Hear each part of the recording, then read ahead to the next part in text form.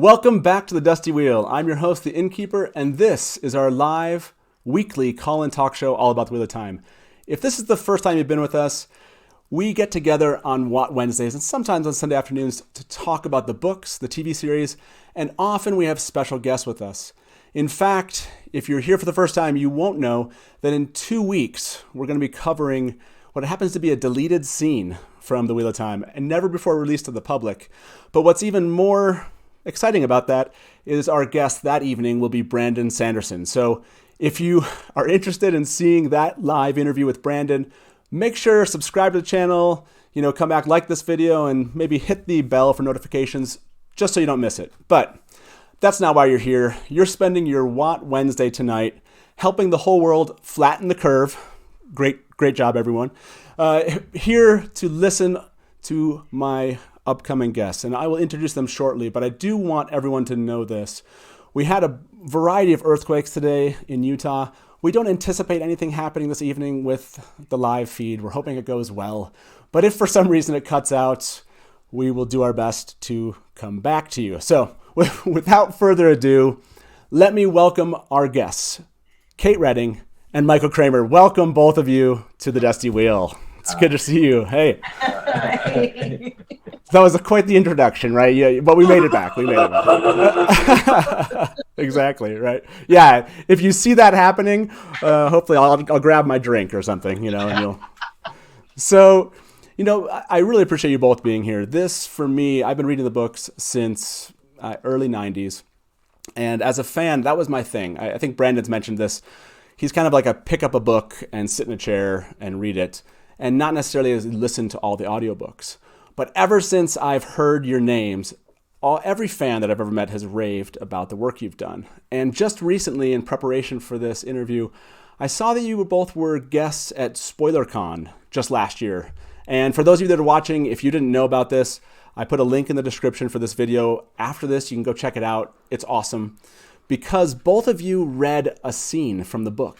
And I hadn't really quite understood just what that means from listening to the books versus reading the books until, Kate, you were reading that scene.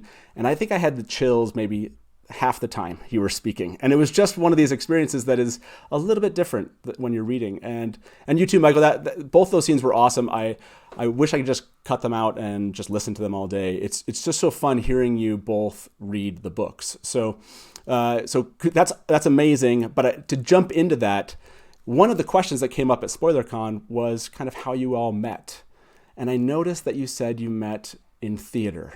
And I'm really curious how that came about. Do you remember what the production was, who you were playing, Kate? Can you tell the fans anything about when you both met? Oh, yeah. So we were both doing theater in DC. And there's a wonderful woman named Katie Fly, who was British. And she sort of took me under her wing. She was one of the first people that I met when I came here. And I went and auditioned for a play that she was directing. She was directing a production of As You Like It down in St. Mary's, Maryland, where there's a historic city. So part of the contract was I would be playing Celia in As You Like It, and I would be playing Lady Calverton in 100% wool outfits, multi-layered in 100-degree temperatures in a Maryland summer. And the production was outside, and the living history program obviously was outside. So it was grueling, but it was great fun. And Michael was cast as Orlando. So that's how we met. Yeah, 1985. 1985. So how did you get into theater, Michael? I mean, this wasn't the first moment. Like, what was the trip to this moment for you? Well, I grew up in a very tiny town of Lucan, Minnesota, 250 people, about 13 miles from Plum Creek, if you know Laura Ingalls Wilder. Sure, yeah. Put a bowling alley anywhere, flat as anything. And I didn't see my first professional theater show until I was, I think, a sophomore in college. Did a couple of plays in high school. But my freshman year, I roomed with the president of the drama club. And on Saturdays, I was bored. And he said, well, why don't you come to the theater and build some sets? So I thought, oh, okay, fine. And gradually just got sucked into it. And then about middle of my junior year, I thought, you know what? I think I want to do this. And I kept getting work. So I didn't have any idea about what a career in theater would be like, because everybody that I grew up with was a farmer or a banker. That was pretty much it. I mean, the town was all of 4 square blocks, I think, and my dad's cousin's farm was just to the west of town. You knew when he was spreading manure because the wind came out of the west, and it was. And I ended up going to Catholic University in Washington, D.C., and I had auditioned for this show and was cast. And we met, but we didn't really start going out for another 4 years. So, oh wow, yeah, we were just friends. Yeah. So what was your journey like? I mean, that was quite the story, Michael. How did you get into theater in the same moment, Kate? So my parents are American. I was born in Brooklyn, and they moved to London when I was about 6 months old. My father was a banker, and we ended up living in a little village in Wiltshire of about 250 people. Yeah. With a banker father. So we had things in common. Yeah, that's a like, how did that happen? Completely different. We actually, my heritage is, some of it is English. My mother's parents were German, but on my father's side, the town in England that they came to America from in the 1600s was about 15 miles away from where we ended up living. Oh, wow. So it was sort of this full circle return. And because my brother and I were American, we always knew, well, we're going to go to college in the United States to see which country we want to be a citizen of, because we'd grown up entirely in England.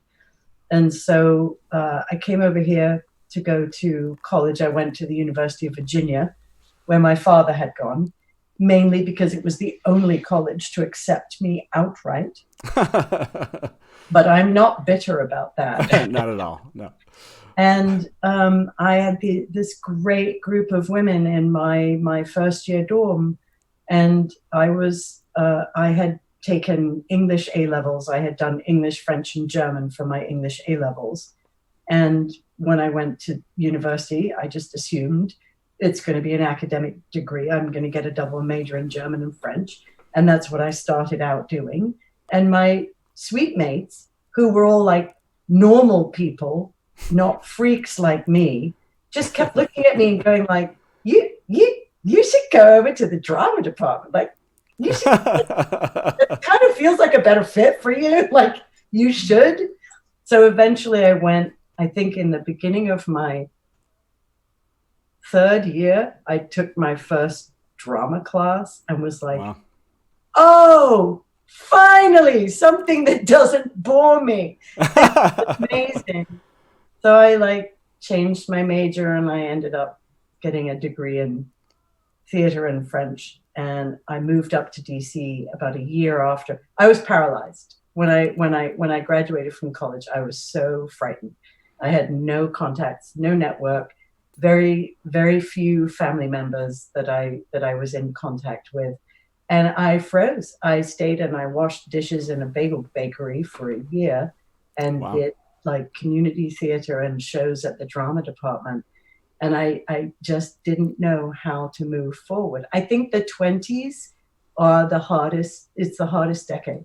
Sure. Because everything is so brand new and it takes so much courage to just go forward. And somebody encouraged me to go up and stay with her parents who lived in Alexandria. And I got to explore DC, and I found a job, and I found a group house, and I started taking classes and doing shows, and then just never stopped.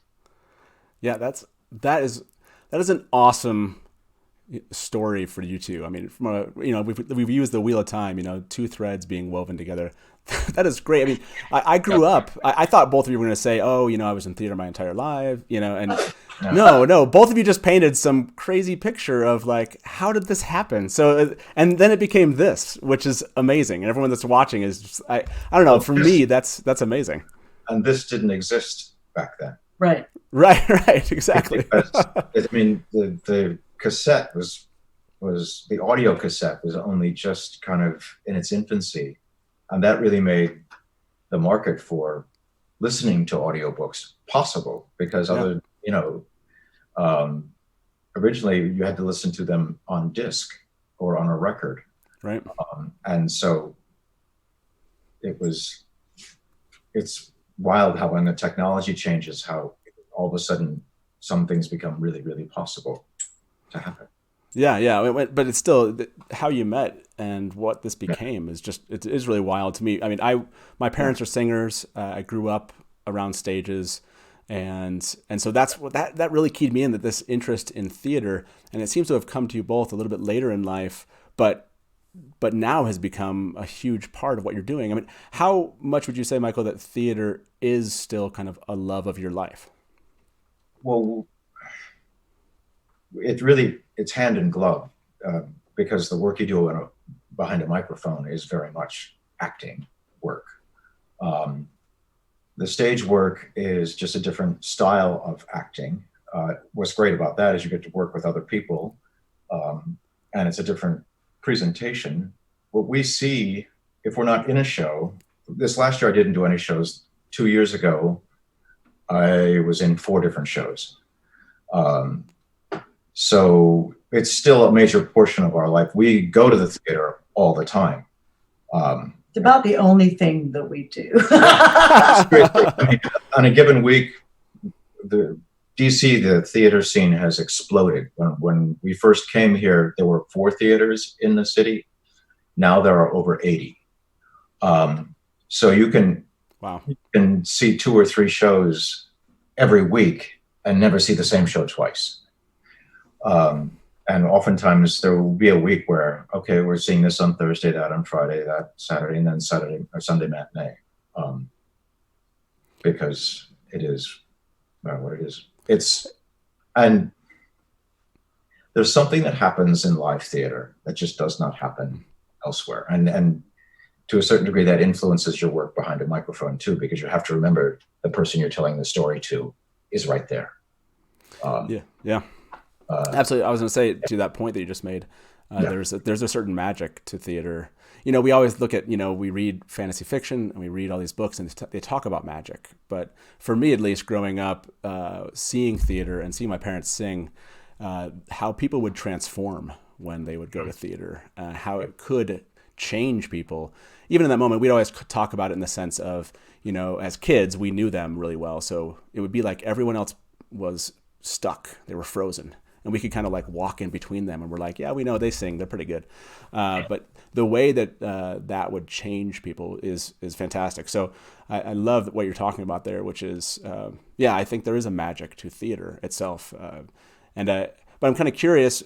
I mean, coming from this theater side, Kate, how did the reading aspect? I mean, how did books, and when did books become kind of a love of yours?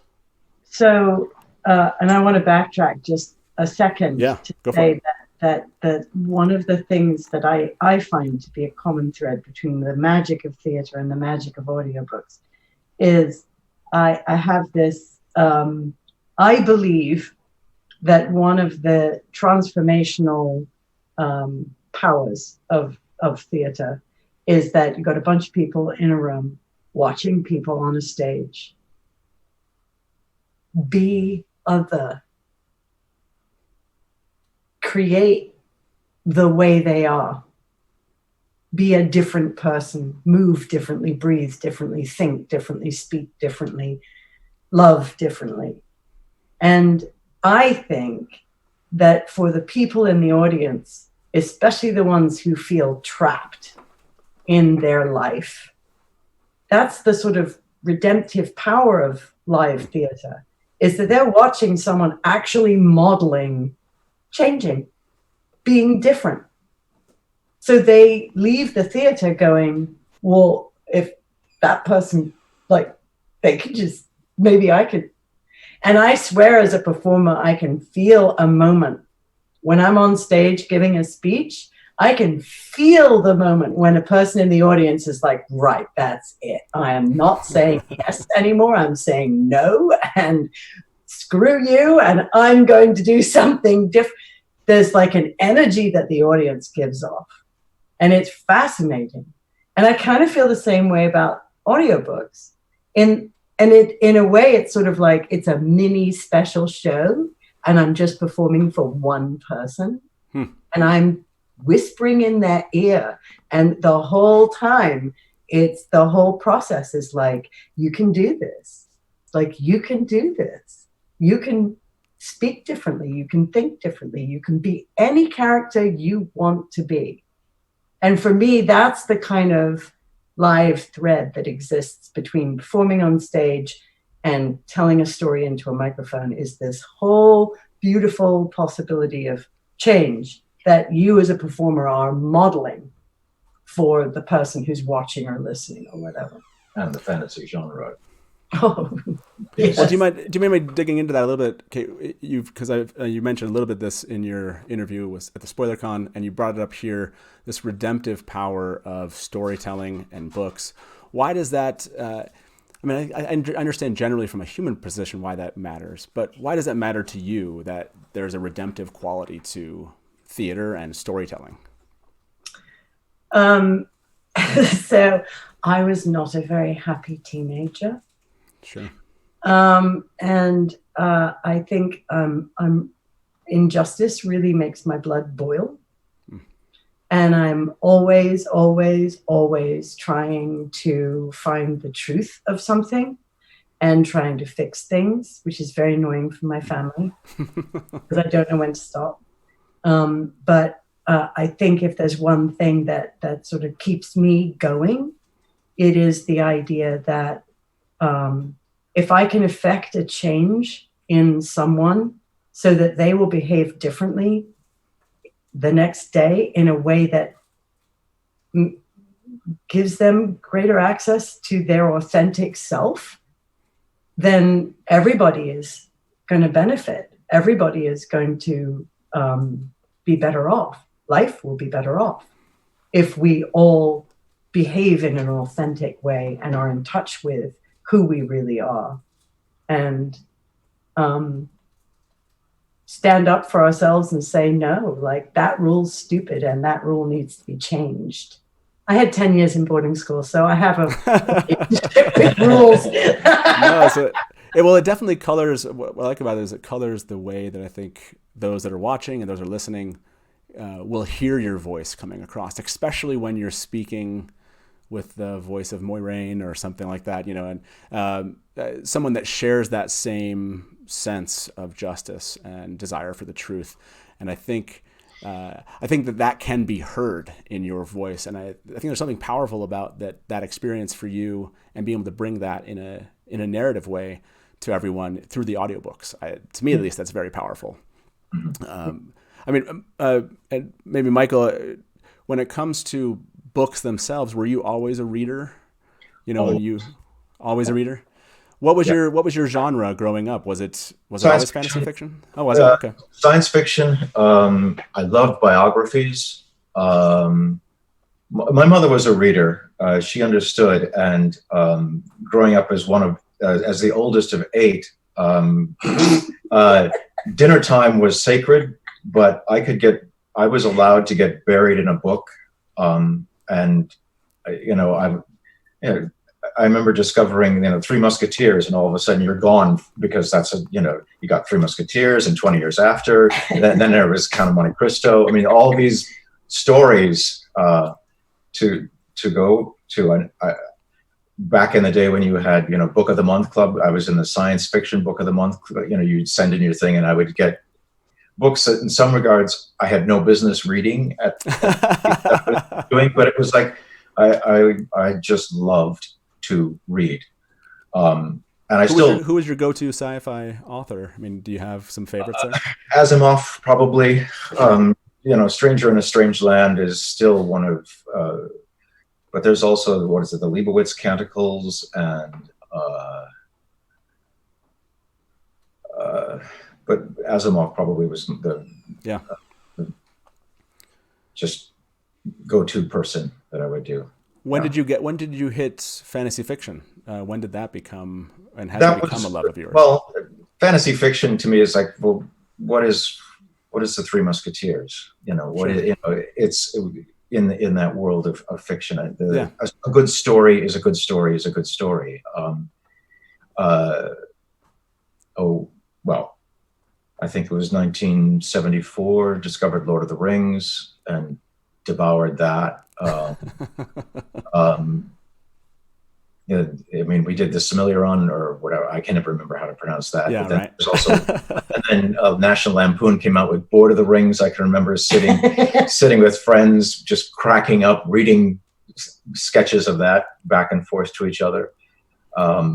By the way, I loved the pronunciation where you said Silmarillion. You're like, I don't know how to say it, because that's how I feel with the Wheel of Time all the time. as a reader, I'm like, I don't know how to say that word that well. When did you come upon the Wheel of Time then? Like, do you remember when you started reading the Wheel of Time? When we started recording it. Was it? Yeah. Yeah. Yeah. I mean, at that point, we had no clue. We had no, and part of it was we were both narrating and working in theater and had one child, and so time, reading was difficult to try to squeeze in for fun reading, and then I'm not sure exactly why. It may have been because they wanted to do a 2-voiced series, which when they first started was unheard of, partly because of all the technical problems, because of how things, at that point we were still recording on reel-to-reel machines. So to edit in, and also just to have 2 people, because even as we worked through the series, I'd have 4 pages, and then she'd have 3 pages, or she'd have 50 pages, whatever. But you'd be like, okay, standing outside the booth waiting, okay, you finished with your 3, because then I've got to go in and do my next section. Because it was all linear. It wasn't like you could just take a WAV file and then paste it into something else. It was all literally had to be on the tape as one piece. How are the sections broken up? Was it just, in other words, you just said a section, is it just between voices? In other words, would you go on for an hour? Was there a time component? It's chapters from a point of view of a particular character. Right. And in the first book, of 900 and some pages, I think, she had 2 chapters. And I'm like, right. Really? You need to have a second voice for this? But as it went on, then it got to be more interspersed. And then he also started cutting in, changing points of view within the chapter. Yep. So, and Brandon was, I think, for the last 3, there were times when you'd have, half a page, and then it would be back and forth. Right. I don't know how effective that was, because I've never listened to that, but it was, and when we first were given the series, it's like, okay, here's the glossary. Okay, that has the names. And I remember getting to about page 60, and I'm like, that's the 10th word that's not in the glossary. It's the 10th name. Right? What do we do? And this is before internet, before email, before free long distance. And so we had the one phone call we had with Robert Jordan, where to talk about, okay, how are we going to deal with all of the words that there are no names for, or there are no guides for. And because to send a letter or to have to get on the phone every time that happened would be impossible. Right. And he basically gave us carte blanche to, follow the kind of the guidelines of what he's put down in the glossary, But after that, it's up to you guys. Yeah, I love that carte blanche. This is always, I think for fans, there's always this idea, like there's definitely must have been, like Robert Jordan must have laid out every single pronunciation, and you're just working off of a really fixed script. You guys are like, no, we're creating the script as we go. And we had a binder about an inch thick with all the names. Just handwritten 3-ring binder with about 200 sheets of paper, each page covered with the names and the pronunciations we made up. Yeah. Did he ever tell you anything about? And one of our users asked at Discord, did he ever give you any guidance as far as cultures have X accent? Did he instruct you with that? Not at all. No, the only one. Well, I mean, there's just the stuff that was in the text. So you had, I think it's the Terreboners who have. I mean, they're written phonetically different. There's a rhythm to the writing. But he didn't place nationalities. Right. I saw something where he went off on this whole thing about like this group of people were Texan and these people were, and I'm like, you never told us that. No. that came later. Yeah. That came later when all the fans, I guess, started asking him. Yeah. And then I guess he felt like he needed to, but, which seemed silly to me. Right. Because it's a fantasy book. Why would you tie people to real places and real cultures? This is new. This is imagined. So I didn't. Yeah. Yeah, it's funny because I think there was this southern, I think he said that Shanchan had a kind of a Texas, an accent from Texas, and he laid out like all of these things, and it's funny to hear from you that came much later. These aren't things that you were aware of up front.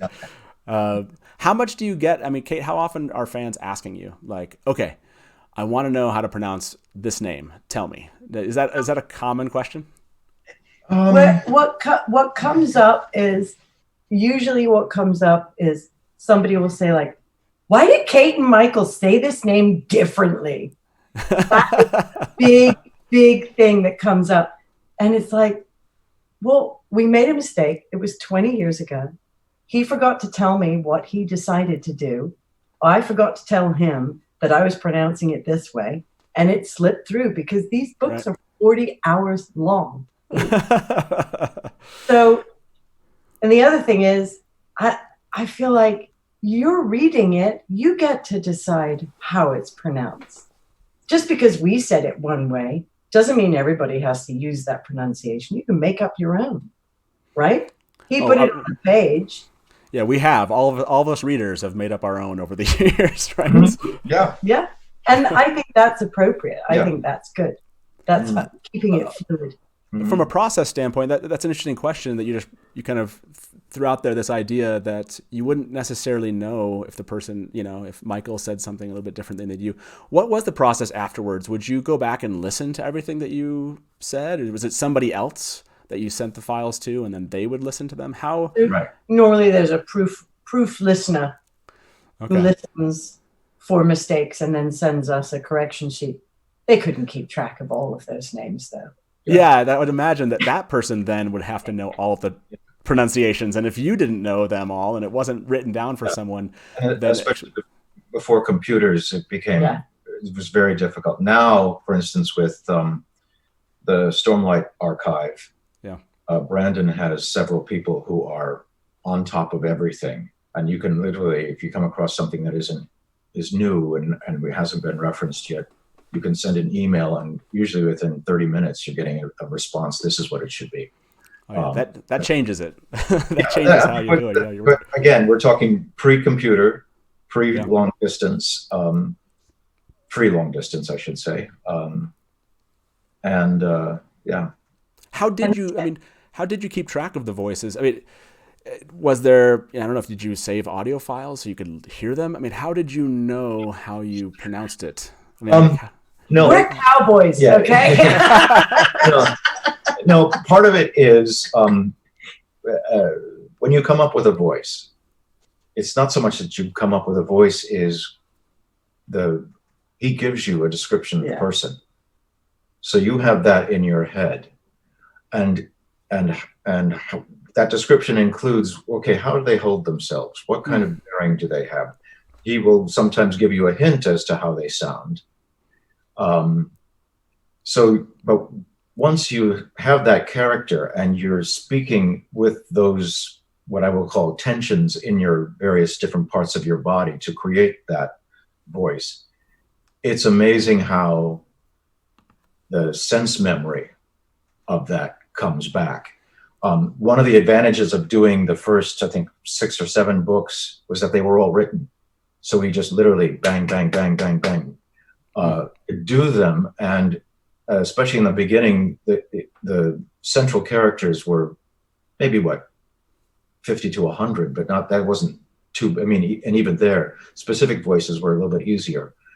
But when you're constantly being refreshed as to how they sound, so that after 5 books, I don't have to even think about how this person sounds anymore. It's in my body.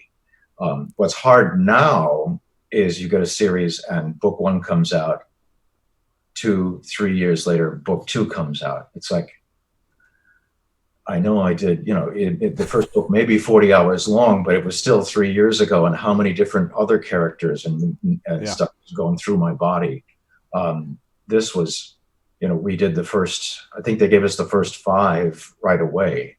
And then 6 and 7 were available almost right after that.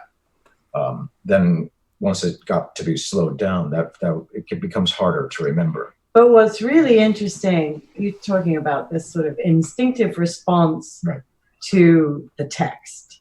And what's really hilarious is that we would be recording our separate sections, and then say we break for lunch or we have a conversation or whatever, and we come across some new people and be like, by the way, like the whole sort of Elaine Gowan, like that family, they felt a little bit like sort of British, like kind of snooty. Yeah, that's exactly what I did, So we would find that we had instinctively responded and given very similar voices, where our instruments are really different. Right. But we had picked up on what Robert Jordan had written, and that our voices were quite similar, even if we hadn't talked to each other before doing that, made any kind of agreement.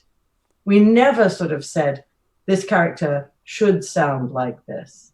It always came from how they were described and how their dialogue was written. Right. Interesting. Yeah, that's that whole idea that I mean, I think your theatrical backgrounds, obviously being a couple, and then doing this work together, and then probably in part because Robert Jordan's descriptions, he's well known for those, and he did such a great job of giving you the material you needed to then in essence, kind of have this nice kind of parallel with voices, it sounds like, which I'm sure wouldn't be as easy for 2 random people that needed to, do a voice, between a man and a woman or something. I'm so glad that we began it when the industry was so tiny and when there weren't so many sort of rules and regulations, because if we were to begin this series now, we would have lists out the wazoo. We would have all these rules and regulations. We would have to clear things with people. We just read the books, and people let us. And there wasn't so much red tape. Right. It's much more supervised and you know what I'm talking about, right? Yeah. I mean, yeah. And part of it is, I mean, it was in the middle of book 1, and I remember doing the pre-read, and I came across the 3-page monologue that Loyal has. And I'm thinking to myself, it's one thing to come up with a character voice for quote unquote, some other being. Sure. But a 3-page monologue, I'm going to have to find that. And at that point, you're also thinking, I've got to go in the voice store, I'm taking everything from everywhere. I am using every trick I possibly have come across. And I'm going to use it because I've got, well, we ended up with what, close to between 400 and 600 hours. I don't know, somewhere around that for the whole series. Of people, and it's your voice. That's all it is. That's all you have. So I'm going to use everything. And he gives you permission to do that. He gives you, I mean, he describes Loyal. Okay, there we have it. And I did not know what was going to come out of my mouth. But I had been thinking about it for days because I'm just going, it's a 3-page monologue. It's a 3-page monologue. What am I going to do? And you know, a recurring character then too. With a mother. Can you still bring Loyal out in your voice here? Do you have it? Oh, Rand, what was his catchphrase? No, not his catchphrase, but who was his wife eventually? Hammond. Yeah, what's it? Elder Hammond would object to that, Rand. Nicely done. That's awesome. Yeah, I mean, is there a voice that sticks for you, Kate? Is there one that you kind of, that just came out of nowhere and you didn't realize that was going to be it, but you kind of, it's in your mind, you have it? So, I mean, all of the sort of, let's call them human type characters. I would have to be reading text to be able to do their voice. And they were all like, that was a very sort of concrete, reasonable, rational, logical choice. For me, the experience of voicing a character that really sticks out because it was just so bizarre is the Murdrolls. Because I was like, you know, I don't have the bass thing that he has. I can't go that low. So I have to, like, how do I voice? This is like voicing the dead. This is like voicing pure evil. And so what I decided was to do it on an inhale. So instead of saying the Murdrolls dialogue on the exhale, the Murdroll talks on an inhale. Nice. And I was like, okay, that gives me the creeps. That feels right. Mm-hmm. But that's the only character in my life I've ever voiced on an inhale. That's awesome. Yeah. That's, and like you're saying, I like, what you call it? Was it your voice store? I can't remember the phrase you used. Yeah. That's a great idea. Because you just don't think about that. If this is not your profession, you know, just the concept of a voice store, it's like, oh yeah, that would make a lot of sense. Like I have a store of files, you know, from a graphic design perspective or something. So of course you would have to have that in your toolbox, if you will. Yeah. So no, and you brought up one of these, I think you just answered. It was an Instagram user. Her name is Helena. She asked whose voice was the hardest to find. Would you say the Myrddraal was your hardest to find, Kate? Or was there another character whose voice was just really difficult to capture? So this has come up before. And I think the characters that are kind of front and center, that are well written, that you really get to know them, they're easy to voice.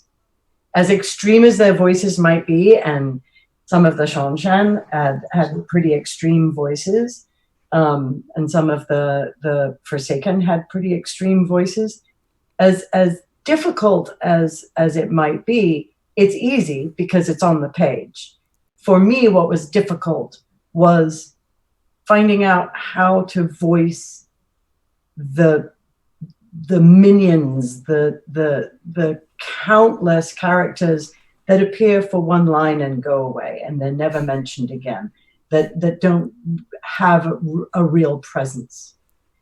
That's when you find yourself making brain choice instead of instinct choice. Yeah. That's when you say, okay, I've got 5 men in a room and they're all about to die, and I've only been with them for 2 minutes, and they're having a conversation. and they've got to sound different from each other, and there's nothing in the dialect or in the dialogue to distinguish any. Then you start like, well, okay, this one's gruff, this one's high pitched, and that's hard. Yeah. If you have a visual image in your head of what they look like, then you can do a whole bunch of things. But when you've just met 20 lords and ladies, and they're all chiming in and objecting, it's very difficult to figure out, to remember which one is which. Yeah. That's when you kind of wish that you could take dialects, because these three are Spanish, these three are French, these three are Russian, these three are Polish. Okay, that becomes easy. Right, that would have been easier. Yeah. Yeah. Exactly. One of our Discord users about voice, he asked, are you ever concerned, or have you ever been concerned, that the voice you create for a character might prejudice or color the listener's feelings or perceptions of the character in a way that you didn't intend? Yeah. Is there one that comes to mind, or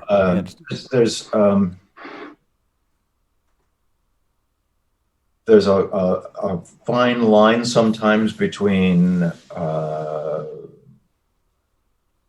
when you're choosing an accent, for instance. Are you implying class? Are you implying some kind of judgment for them? And that can be also when if you're choosing a voice, are you implying something in a sexual way, the same way, sure. To prejudice the audience? I think nowadays, especially, you're trying to, it needs to come from the story, whatever the story is telling you to do. And you hope, because what's important, getting back to the theater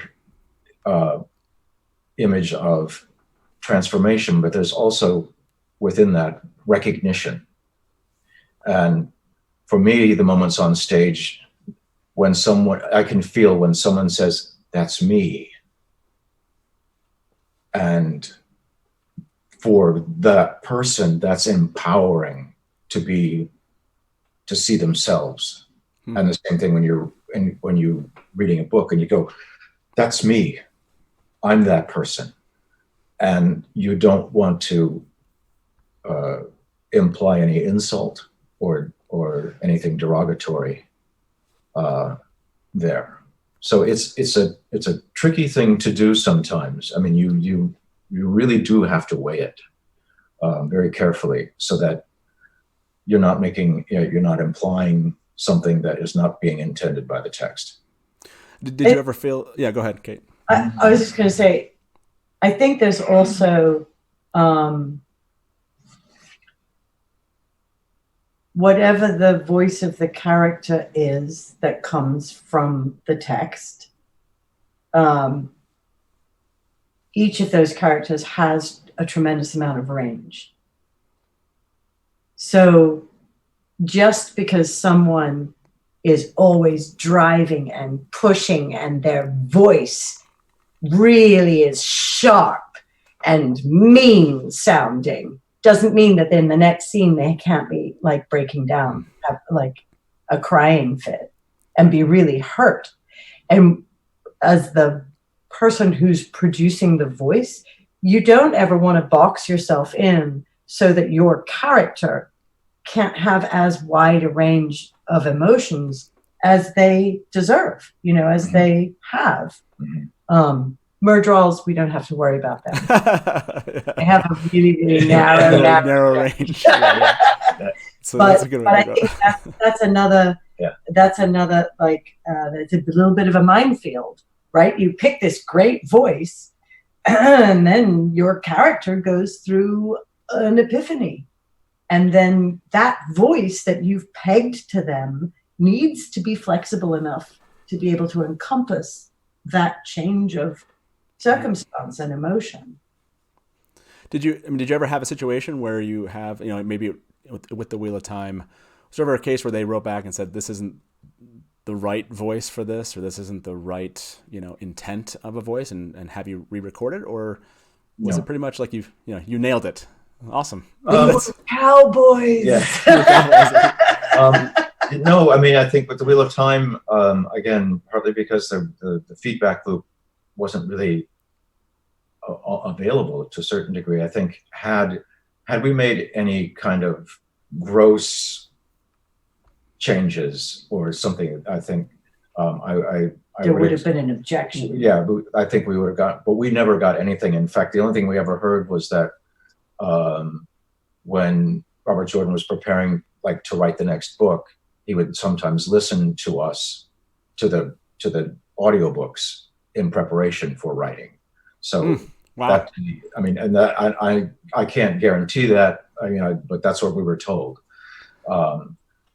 And what a compliment! What a compliment that is. Yeah, and it's a weird kind of loop. Yeah. Yeah. Right. Because you wonder, it's like, are they? Is he shaping this character based on what I did? Yeah. Or is it or is it? No, he just needs to be, just getting the words back in his mind in terms of what was going on.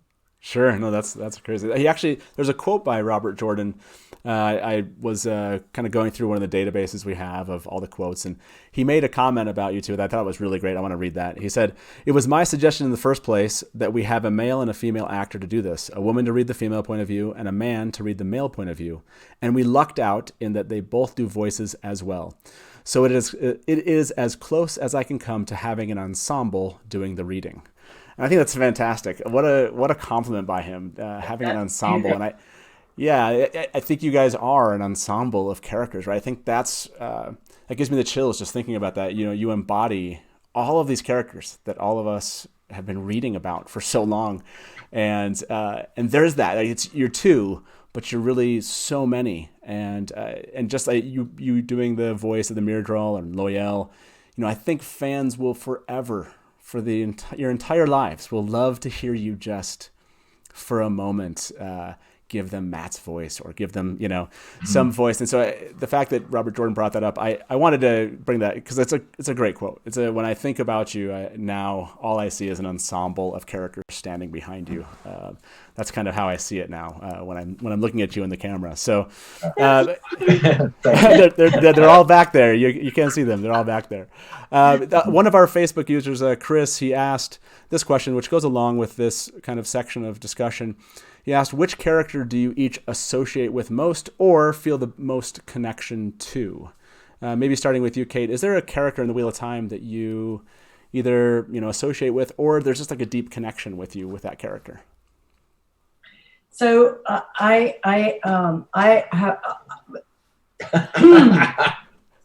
have a really hard time picking favorites in anything, and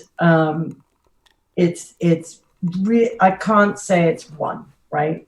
Okay. Because I also I hate to be pigeonholed. I can't stand it when people say I'm like this. And so I know that when we started reading, and I started reading these books, I would be like, oh, I'm just like Moiraine. I am just like Moiraine. Don't you think I'm like Moiraine? And then I would be like, oh, no, I'm just like Nynaeve. That's me. I'm Nynaeve. Don't you think I'm Nynaeve? It was like the four or five of the sort of central women, I was like, I'm just like that one. I'm just like that. Equally so. So no, I do not have a favorite, but it's all many. Still, many of them, and yeah. Is that the same for you, Michael, or is there one or two, or is it really a group of characters where you feel like you kind of pass in between them all? There are those that I aspire to be. I don't know that there's any that I particularly identify with. Whole, in total. I mean, I think that question of aspire. I mean, dig into that. Which character comes to mind when you aspire to be one of them? Aiel. Off the top of my head, I can't remember his name. He's the chief. Ruark? Yeah. Just because he was so steady. Yeah. He deferred, but he knew, like he knew what he had to do, even though it was going to be hard, and he would do it. And that's something that, I look, at as something to aspire to. You feel when you look at Rand, all the doubt, the constant doubt of what am I supposed to do?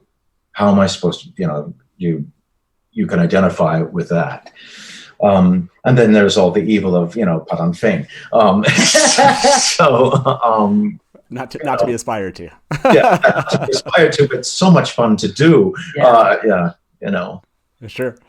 Well, because that's one of the things that's so great about a book that's so focused on kind of good and evil, right? Is that the evil characters are kind of like a distillation of you on your worst day. What you would do if you had nothing holding you back. No societal restrictions, no parental advice, no friends who would shun you. If you were completely released into the worst mood you ever had, you would look like that. Mm-hmm. And that's what's so amazing about those really evil characters, is people hurt, right? They're unhappy. They are miserable, unhappy creatures. And that's why they're so mean. And that's a great release to voice those characters, because you get it.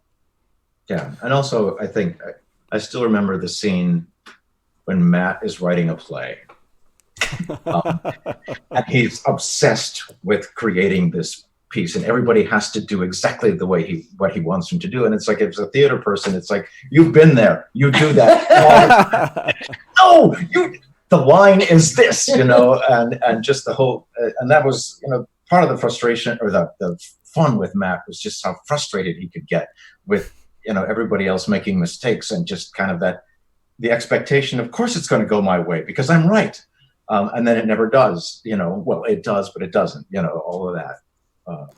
No, I think that aspect of the humanity in a lot of the characters, right? Not necessarily that one character has it all, right? No. But like you were saying, Kate, you were like, in one scene you're naive, it's Moiraine, and another, they all kind of emphasize certain parts of our humanity, and you can see yourself sometimes reflected in them. And I think that is, again, kind of part of that power of storytelling, is not only a reflection, but then you can see where that reflection might go someday, if you dig into it too deeply.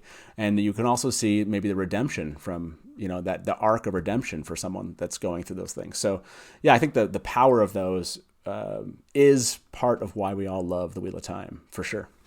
There was another user on Facebook, Blair, asked this question, which kind of goes along with the difference, or questioning the difference between reading and the audiobooks. What do you think is the change or the difference? What changes when you listen to the books versus read the books, Kate? Is there some way to explain the difference, or is there one?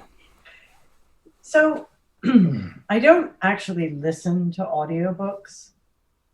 I'm a terrible, like, if I hear something, I don't usually hold on to it as easily as if I read it.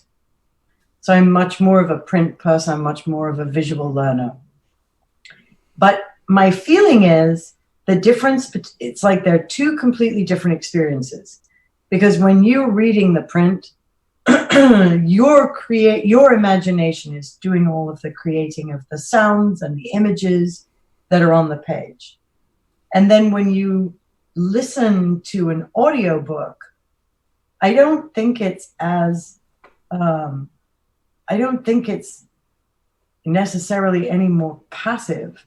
I think it's just a different experience, that the sounds and not the images, just the sounds are being delivered in the same way that the print is delivered, and your imagination is fleshing out other things. And maybe having the sounds gives you even more free rein to create the images, for example, sure, to sort of go with them. But I do think they're different experiences. And I think it's just different ways of receiving the story.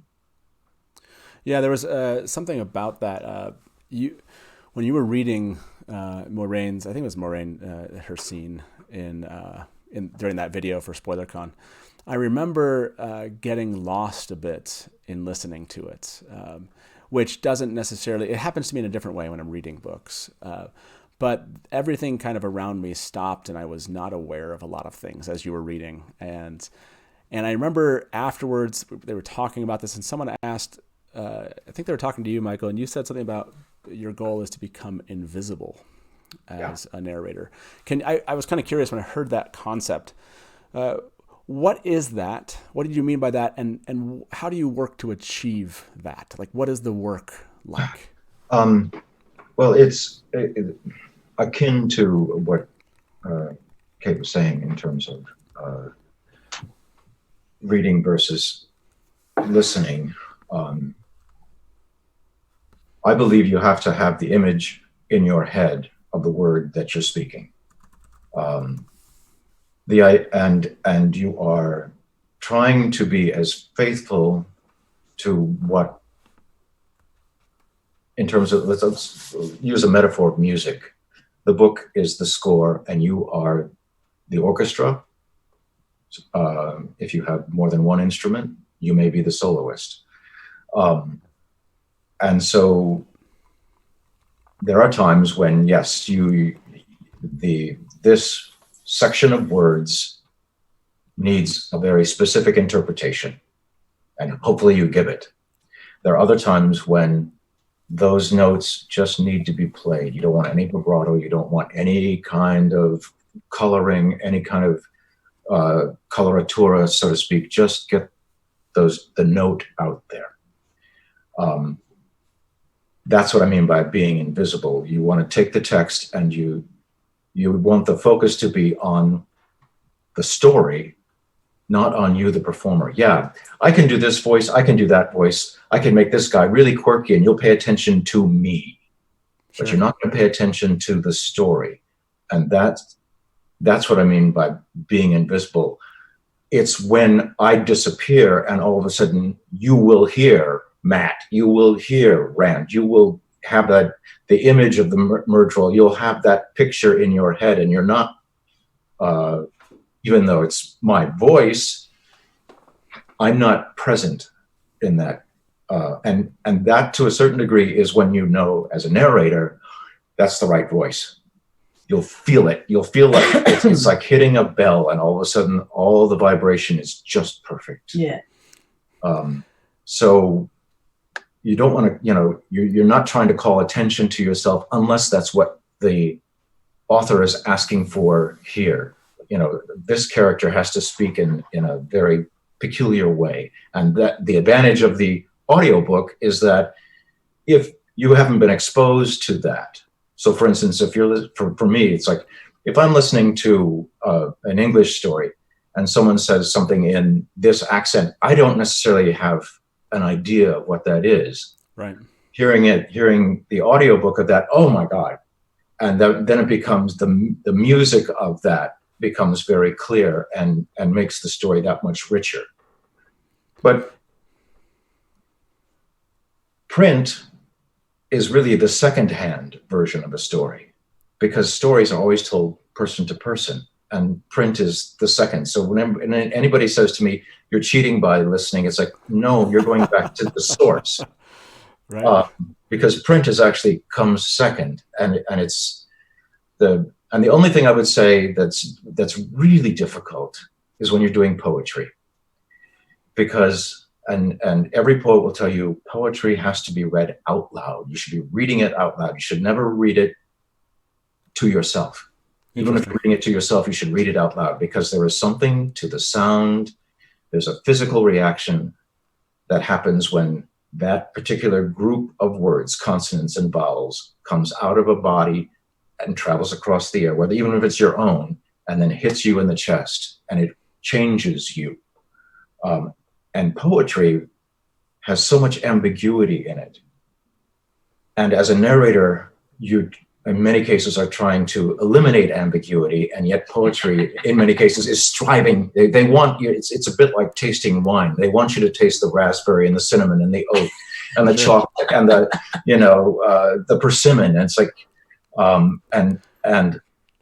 but I do raspberry so well, and it's like, no, you got to allow for all those other flavors to be there in poetry. Do you think that's because of just how dense, when you're writing poetry, that you sometimes a word is just so impactful, right? You're not necessarily going somewhere. The whole purpose was that word, and it's hard for you when you're reading it to know that was the word, unless the author said, no, this, unless they took a moment, like they probably have to write a page, like this word. This is how deep or this is how sad this word is. So it seems to me like as you're explaining it. That word is a box, and he wants all of the overtones of anything that's been thought about that word to resonate. Yeah. And we're going to get to that question. I want to come back to this as we get closer to talking about the prophet. But I don't want to jump too quickly. But I'm curious about how that comes into play there. The other thing, again, sort of like thinking about the experience of being on stage and the experience of narrating a book. The other thing is you want to deliver the story with as few pieces of yourself that are not part of the story. It's kind of like that negative space. A sculptor looks at a block of marble and all they do is chip away everything that doesn't belong. Sure. And when you're on stage, when you're reading a book into a microphone, you feel that it is when time stops. It is when you are simply flowing with the story. And there have been moments that have been practically out of body moments where you read and read and read and read. And then you realize, end of the chapter. I better take a break. Like this, this has been a long time. Yeah. And it is, people feel this in their lives in all sorts of different activities. Yeah. A child, especially, if a child is focused on something, they are lost in that activity. They have no sense of time passing. Sure. An athlete, anyone who does sports or is an athlete of any kind, you know that zone. You know when you're in that zone, because all your bits are working. Nothing is hanging you up. You are just hitting one right stride after the other. And that's what it feels like. It's not like we try to erase ourselves. Right. So staying invisible is kind of like, it's confusing. It's hard to talk about. It's delivering with nothing that doesn't belong. And you know when you feel it.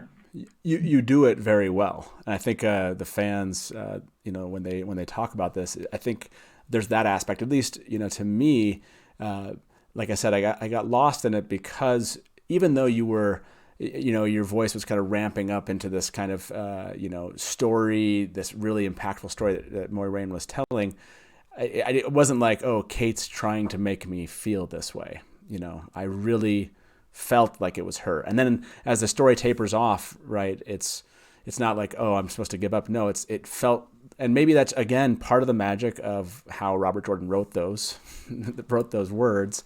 Sure. And then, like you're saying, is being able to kind of catch that wave that he's written and just hit it right as a fan when you listen to it. It's, you almost catch some of the tones that Robert Jordan intended that you can't really catch just reading the books. And so I like that there's that difference. There's just a certain way that you can understand language, obviously verbally different, than the written word. And so the mix of the two, I think, is fantastic. The fact that they're both out there. I've seen fans in chat kind of talking about how much they love some are visual learners, some are audio learners, and kind of the thing that's most important to them, and they kind of glob onto one, and they can see the benefit of the other, but it's the one that really speaks the most to them. And you've both carried this on, not just with the Wheel of Time. You do this obviously for so many other books, including you're doing Brandon's books. How has that experience with Brandon been any different than, or how has it been different than the one with the, when it was just the Wheel of Time versus maybe Stormlight Archive? I don't know that there was a whole lot of difference between, the Stormlight Archive in terms of just like process wise, it's the same exact thing, just kind of. I would say the biggest difference is Brandon's much more hands-on. Yeah, that. And much more communication, much more direction, much more guidance, much like sheets of pronunciations. These people are like this, these people are like that, much more hands-on. Gotcha. We were really left alone with the Wheel of Time. And that, again, partly the technology, partly right.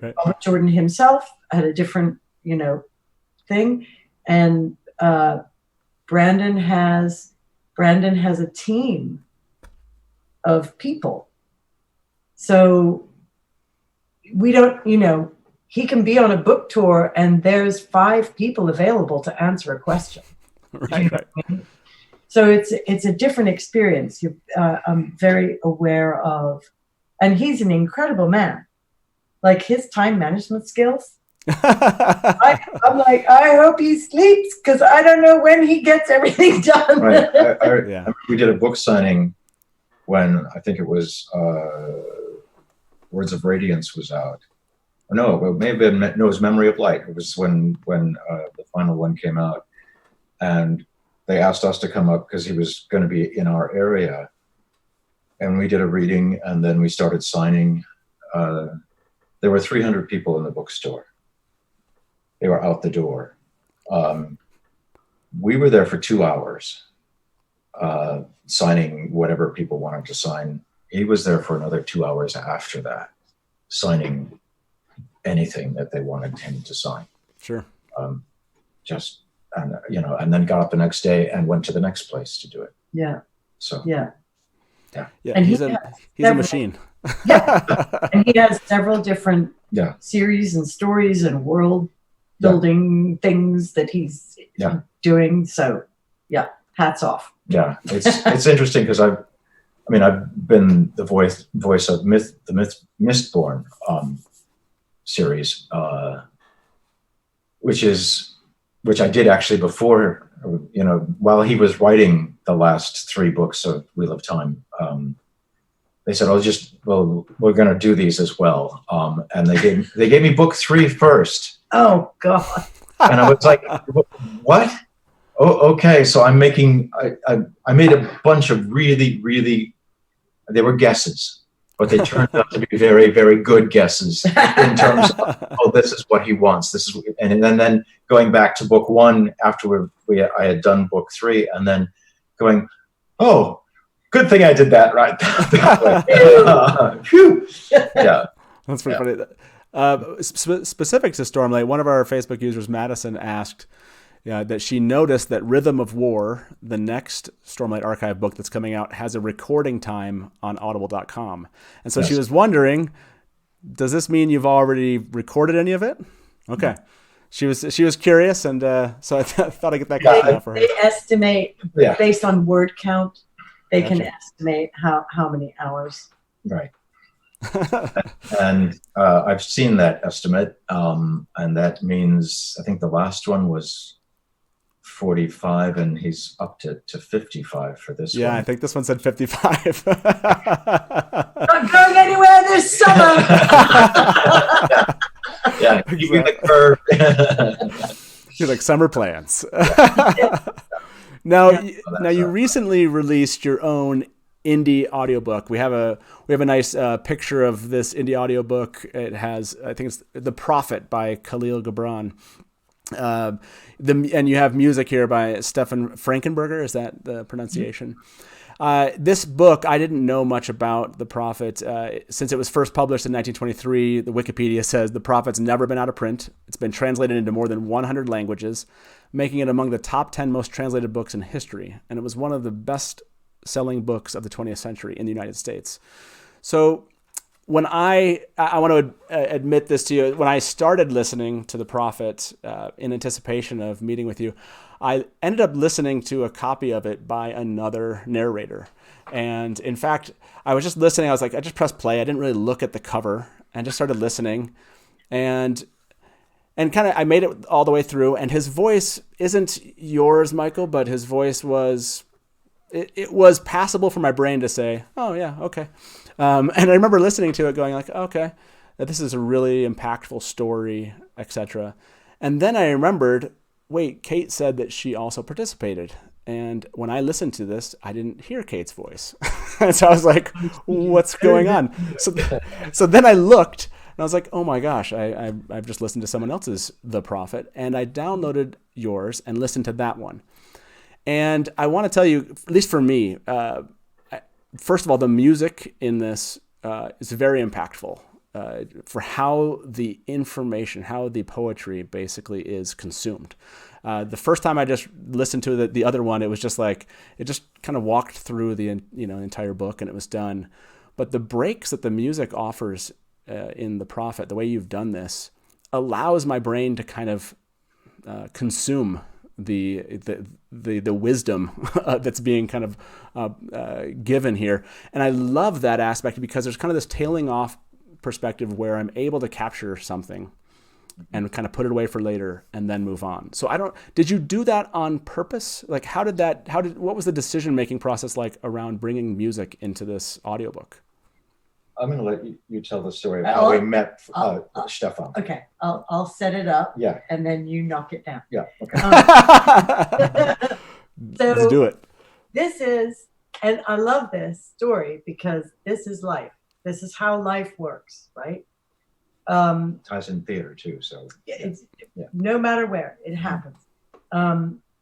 We know a lovely theater director who's from Hungary, and I got an email from her saying, "Hey, my friend at the Austrian embassy is looking for 2 readers to do a staged reading that was being done by a German guy from Austria at the Austrian embassy.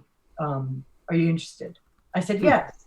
So the Austrian embassy cultural affairs person reached out and arranged for us to do this reading. So all we knew was we're doing this reading, and it's a bunch of letters that had been written by World War II physicists in Germany. One of them had to flee. Lisa Meitner had to leave Germany because she was Jewish. All her work was in Berlin. The others were continuing to work without her, disproving some of her theories, which she was not on hand to defend. All of this, like the minutiae of these physicists' lives and how they communicate with each other. Some of them they're working on nuclear fission. So ultimately they developed the nuclear bomb, right?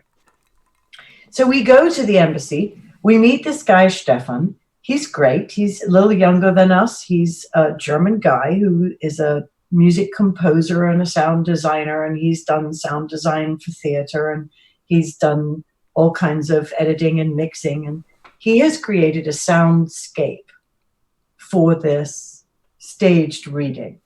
So Michael and I have headsets and microphones. We're sitting on a stage.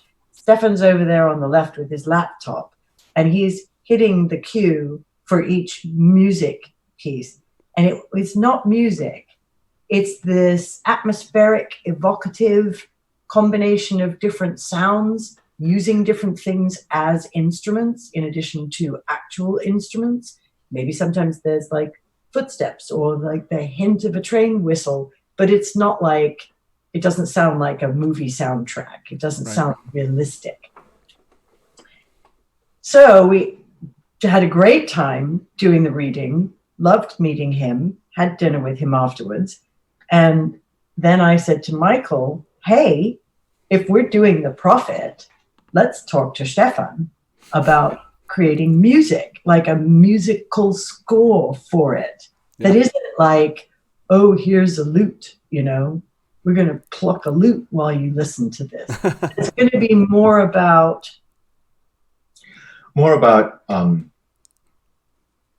allowing you to, what we talked about before in terms of in poetry, to catch all those nuances, to have a time to reflect on the message that this particular book has.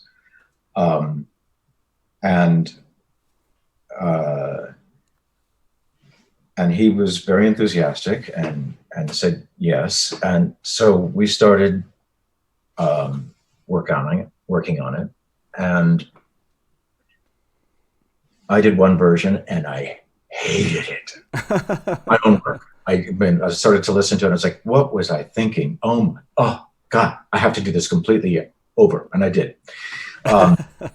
But as we were working on it, his first language is German and he's a musician. Our first language is English and we're textual people. So talking about what the feel we wanted to have happen around each of the sections, the 27 or 29 sections, I think, that there are in this piece, was a real challenge. Yeah. And we were in our second session, before the second session, we were working through, he'd come up with one set of music and we were having difficulties with it. And we got, I think, up to about the 9th chapter, and then we took a break. And we got up and thought, well, why don't we, because we were struggling, because there are going to be people who want to hear the story without interruption. They just need to, they're going to, for whatever reason, why don't we put a text-only version and append that to the more, what we're calling the more reflective version, which has the music with it. And all of a sudden it was, oh, perfect. Then we tore up this page full of notes that we have to say, it's too long, there's too much, it's too long, people are going to get impatient, it's just too. Then knowing that there would be this option for people to listen without music, then we were like, go, Stefan, baby, go. You know, you put it. We also talked to him about the kind of the instrumentation that he chose in many cases, because we talked about it being, you know, outdoors and kind of primitive. And so he went back and chose primitive instruments in many cases. They were not, you know, a classic, you know, a trombone or a trumpet or whatever. It's like, no, this is an old, this is an Aboriginal piece, this instrument. This is, these are panpipes. These are, you know, there's a simplicity that is, what we felt was implicit in the text that's also now implicit in his choice of instrumentation. And then the way he came up with it was fascinating. Yeah, it changes, and you're just, what I love is that it changes and almost sets like a cadence of like, this is something new, right? There's not just this kind of average sound mix that's going throughout that just kind of, no, it does change, and it absolutely works. For everyone that's watching still, if you're still with us, you know, go out and listen to The Prophet. Like I said, I've listened to it without it. And I've also listened to it without Kate's voice. Michael, your voice was kind of there because this guy's voice was kind of like your voice. But I listened to it with the way that you split that up with Kate kind of lead-ins for narration, Michael kind of answering kind of the dialogue portions, and then having the music in between makes it just a very enjoyable and consumable kind of content that is so dense. It's one of these things where you hear it, the poetry in it is just like you catch something and you're like, okay, I need to stop. I needed to think about this thing. For example, I want to put one of the things that for me had a lot of meaning with what's going on right now in the world. And that was kind of it. Like, I think this is something you could just listen to all the time, and you're going to hit on things that are just meaningful to you today. Like one of this, his words on friendship. He says, friendship, and let your best be for your friend. If he must know the ebb of your tide, let him know its flood also. For what is your friend that you should seek him with hours to kill? Seek him always with hours to live, for it is his to fill your need, but not your emptiness. Like, how fantastic is that, especially today, right? Like, it just, this idea that without things going on, that we just kind of try to fill our emptiness, where in reality, our friendships are the most needed right now, right? Like, where we're kind of, all collectively going through something. I think my kids mentioned, like, this is the most connected to the world they've ever felt, is with all the things going on right now. And so that his note on friendship was just so impactful to me. And I feel like there's about 1,000 of those in this book, right? You could just stop and you could talk about these, and just the way you presented them is just beautiful. And it's one of those where I was hopeful when I saw you had this. Like, I was hopeful it was going to be beautiful, right? Like, we could talk about this, and it was very impactful to me. Kate, was the decision for you? Was it always going to be that you both were going to do this together, or did you just find that cadence? Like, how did you make that determination of how the work was going to be split? So, a couple of years ago, I had decided that we should do more royalty share projects and maybe even do some independent projects so that we could create more income streams that would allow us to sort of relax a little bit, maybe travel. Sure. So I knew that Spoken Realms is a platform that narrators can use to self-publish. And I started paying attention to what are the books in the public domain that have no copyright issues. And I realized that The Prophet had dropped into the public domain in 2018. And we have had so many requests from Wheel of Time fans to record devotional material, to record the Bible, to record this sort of, and it's a natural sort of extension. It's like meditative, profound texts. And so when I realized that we had the opportunity to do The Prophet, I was like, that's perfect. That like fits. It checks it is incredibly profound.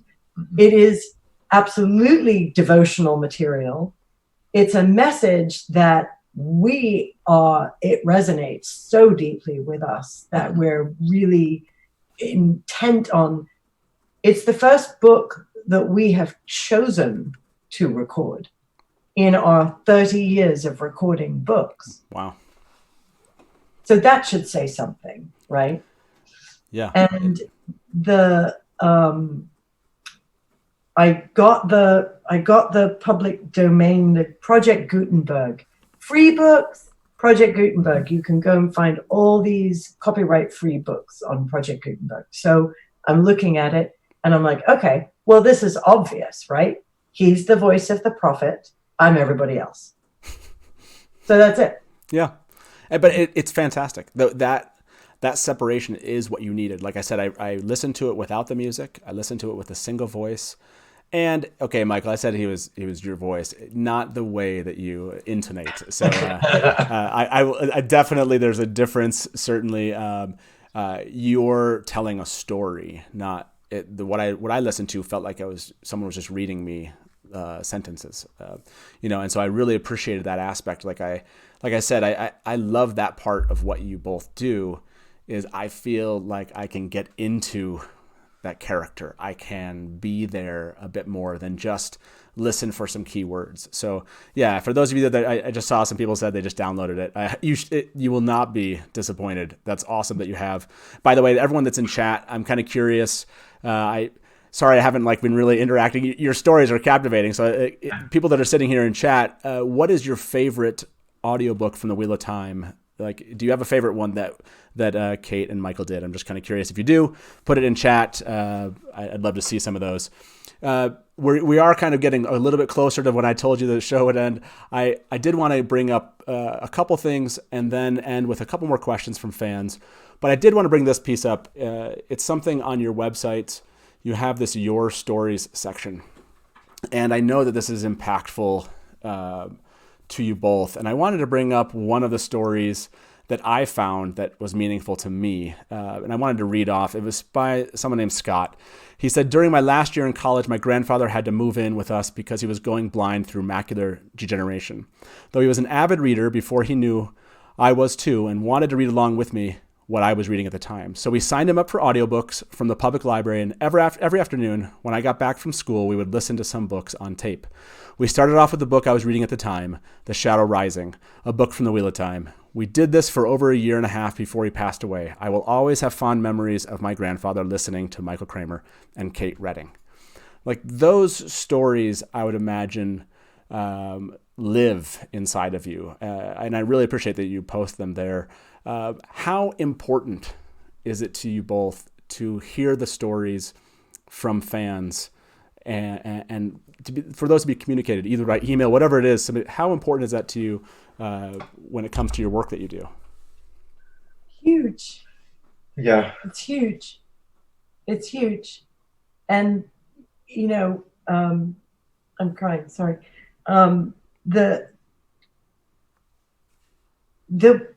It was very rare for us to hear from a fan in the early years. It's a solitary job. It's just you alone. The people that you're communicating with, the publishers, they're busy. They're busy trying to publish the book. They're not actually going to be the one to sort of sit down and say, "Oh, this was really great. I really enjoyed listening to it. It was," and they're not going to tell you stories about themselves.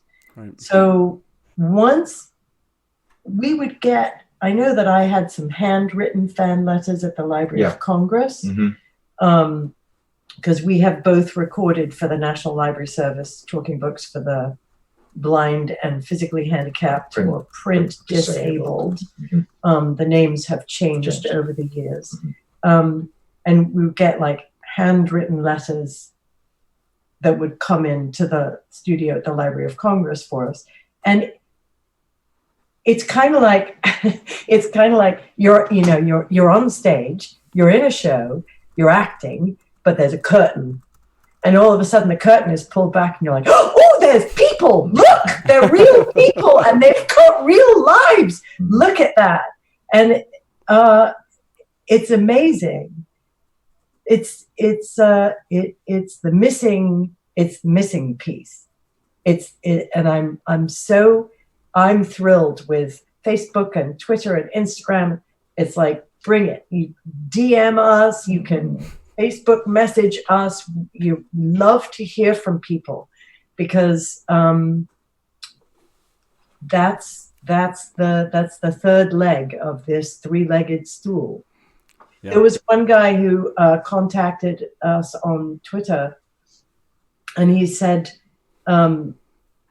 we had a sort of back and forth about something, and he said, I'm a farmer, and I spend long hours driving my tractor or my combine listening to you.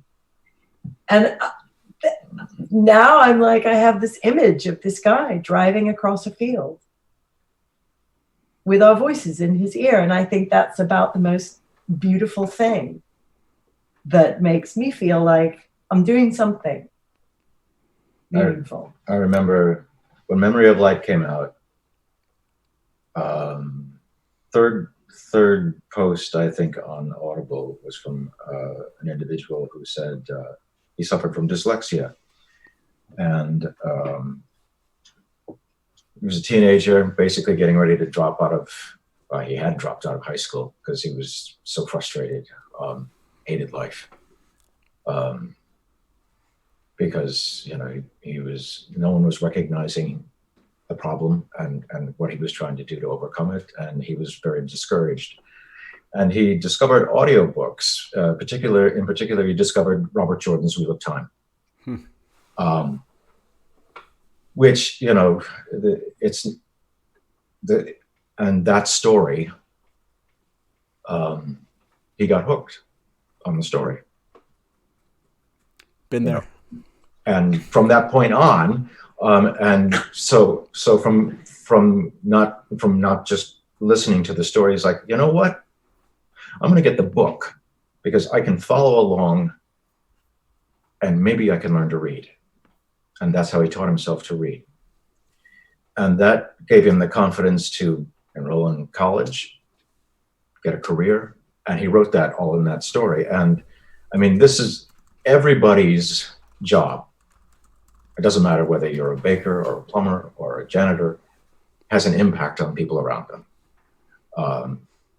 You know, yeah, it's great when you hear that the impact can be so positive as to redeem them, which is, you know, what we try to do, which is what these stories try to do.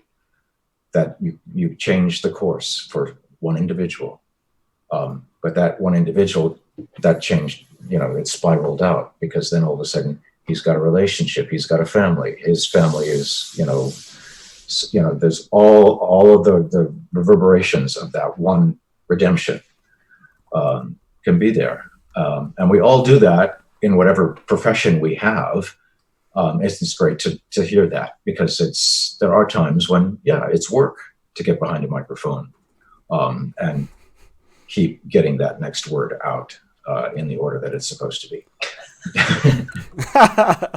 Well, by the way, I think you've just melted all of the live chat. Like I swear they're trying to make me cry too, and I'm just holding it back a little bit here. So I remember coming up with these questions, and I think that's when I shed my tears. No, Kate, you said, you know, it's good to know we're doing something.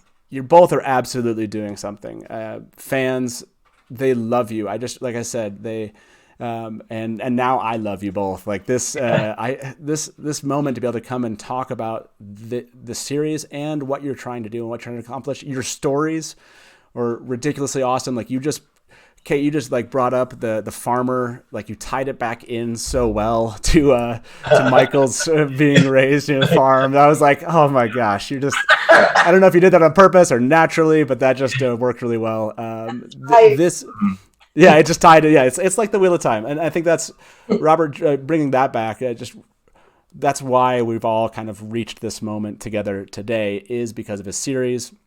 I know it's coming out as a TV series, and I know a lot of fans are curious for, you know, from a question standpoint, you know, and I think you answered this question at SpoilerCon, but if you were to be asked to be part of the series, is there a character, even maybe a secondary character, is there a character you'd be like, yes, I absolutely want to be part of the Wheel of Time series on TV, and I would happily sign up for this character? Is there one that comes to mind for both of you? So I'll stick with the answer I gave at SpoilerCon. It's a good one. Given my age, given my proclivities, given the fact that I have become an even more obsessive researcher, I have to go with Verin. I mean, of course. Who cannot? I want to be Verin. Yeah. I don't think they'd let me play her, but I still want to be her. Is there one, Michael, for you that just like resonates where you'd say like, yes, I would jump immediately in if they asked me to play this character?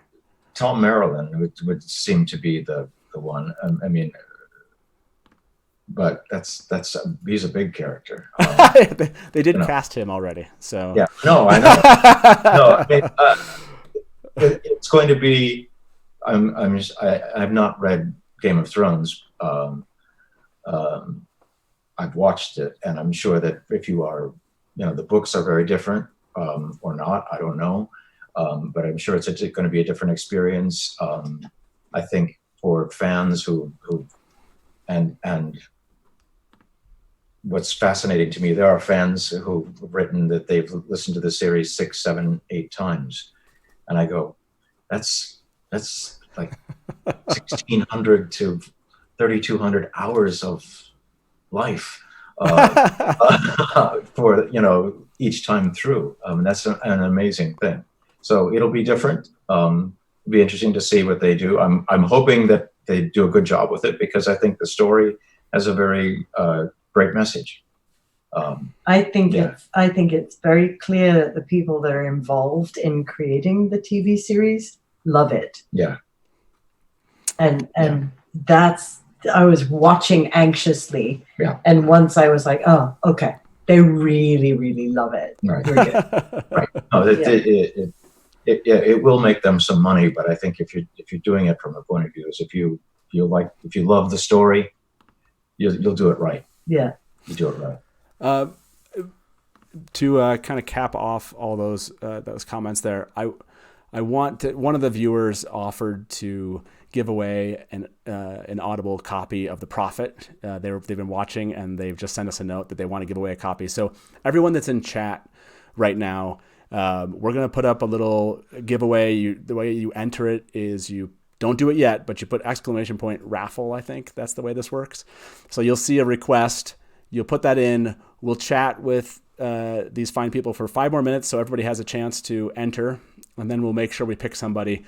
And what we'll have you do is, if you do win, just jump into Discord afterwards and get a hold of me. The Discord link is in the description. You'll be able to find it. It's also in the comments, so you can come over there. So we'll put that out now. Can you put that up there?